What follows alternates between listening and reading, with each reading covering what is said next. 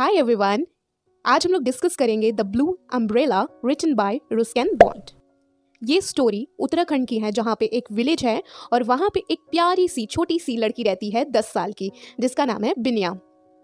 और उसने अपने गले में चीते का एक पेंडेंट पहन के रखा हुआ है जो कि बहुत ही ज़्यादा ब्यूटीफुल है। और वहाँ के लोग भी बहुत ज़्यादा लकी मानते हैं जब वो चीते का एक पेंडेंट पहनते अपने गले में। और जो उसने अपने गले में चीते का पेंडेंट पहना था बहुत ही ज़्यादा ब्यूटीफुल था। वो लड़की भी बिनिया बहुत ही ज़्यादा ब्यूटीफुल थी। उसने अपने हाथों में रंग बिरंगी चूड़ियाँ पहन के रखी हुई थी और अपने आप को बहुत ही अच्छा तैयार करके रखा हुआ था।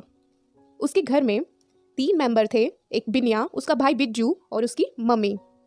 अच्छा, बिनिया के पास 2 गायें भी थीं, एक का नाम था नीलू और एक का नाम था गोरी।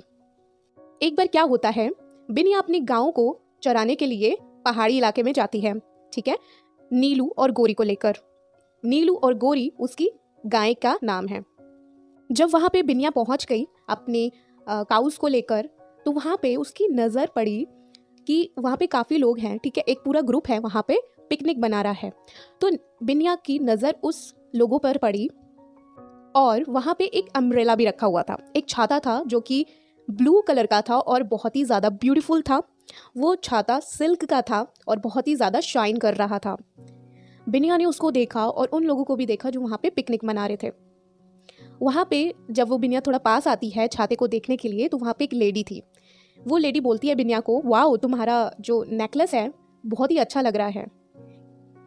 तभी बिनिया भी बोलती है, आपका जो अम्ब्रेला है ना वो भी बहुत ही खूबसूरत है, बहुत ही ज़्यादा ब्यूटीफुल है। तो वो लेडी कहती है, चलो एक काम करते हैं कि तुम मुझे अपना नेकलेस दे दो और इसके बदले मैं तुम्हें अपना अम्ब्रेला दे दूंगी। तो वो दोनों यही करते हैं। बिनिया अपना नेकलेस जो उसने चीते का पेंडेंट पहना हुआ था वो दे देती है उसको, उस लेडी को, और वो लेडी बिनिया को अम्ब्रेला दे देती है। बिनिया बहुत ही ज़्यादा हैप्पी हो जाती है कि फाइनली उसको इतना ब्यूटीफुल सा अम्ब्रेला मिल गया है, सिल्क का, और बहुत ही ज़्यादा वो शाइन कर रहा था।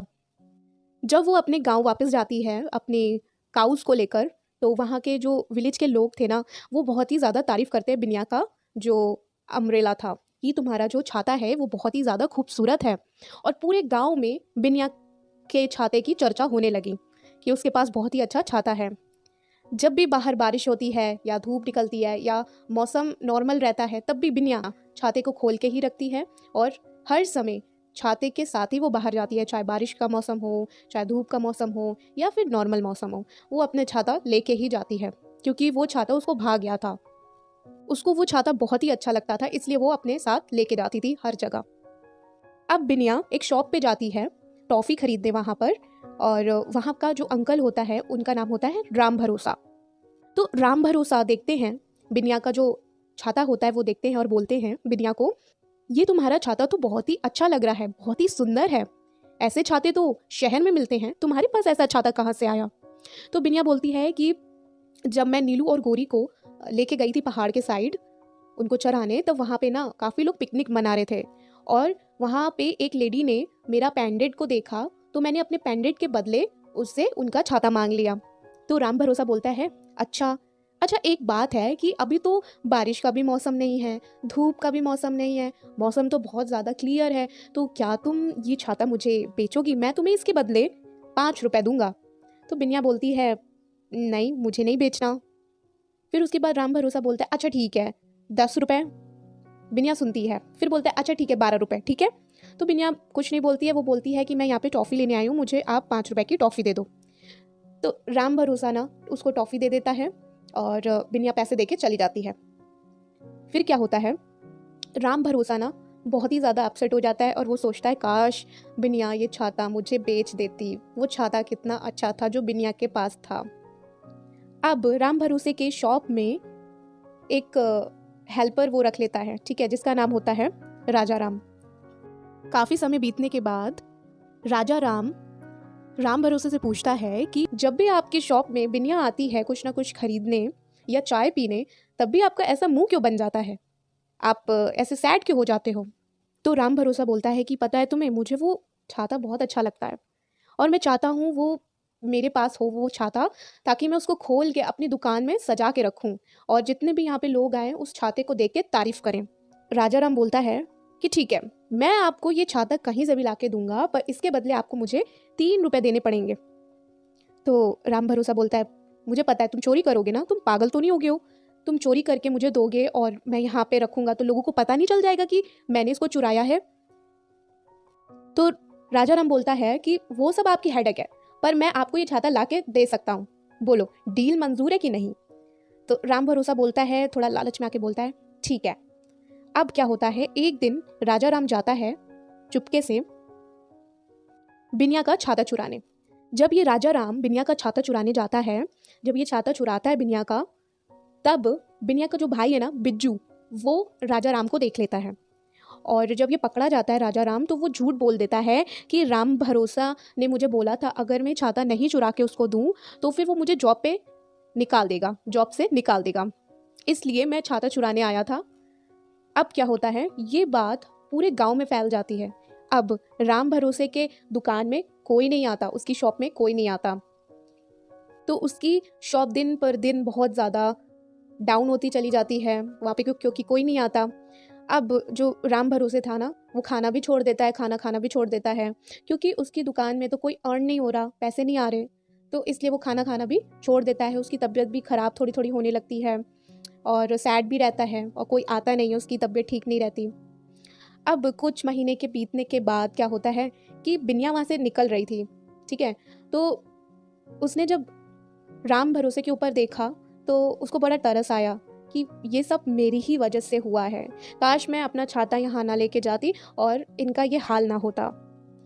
तो अक्टूबर का महीना था और बिनिया के पास 10 रुपए थे, ठीक है। अब बिनिया जाती है राम भरोसे के शॉप में। अब राम भरोसा सोचते हैं कि ये मुझे ना पक्की बात है चिढ़ाने आई होगी, पर ऐसा कुछ भी नहीं होता। बिनिया बोलती है कि मुझे ना 10 रुपए की टॉफ़ी दे दो।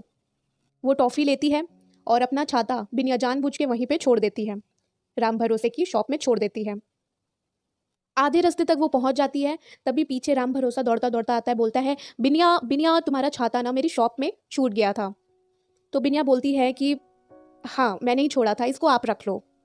तो राम भरोसा बोलता है, क्यों, ऐसा क्यों बोल रही हो तुम। तो बिनिया बोलती, एक छाता सब कुछ नहीं होता, ये आप रख लो, मुझे अब इसकी ज़रूरत नहीं है। वो छाता थोड़ा डल सा हो गया था, फिर भी बहुत ही ज़्यादा ब्यूटीफुल था अभी भी। तो वो हैप्पी हो जाता है राम भरोसा और अपने दुकान में वो छाता खोल के रख देता है।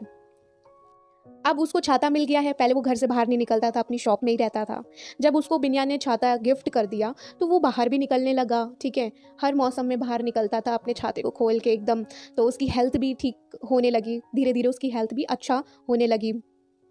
अब जब बिनिया और उसका भाई बिज्जू राम भरोसे की दुकान में आता था, शॉप में आता था, तो राम भरोसा क्या करता था, उसकी चाय में ज़्यादा शुगर और ज़्यादा दूध डाल के उन दोनों को पिलाता था। और राम भरोसे ने वो जो बिनिया का दिया हुआ छाता था अपनी शॉप में फैला कर खोल के ऐसे ही रखा हुआ था।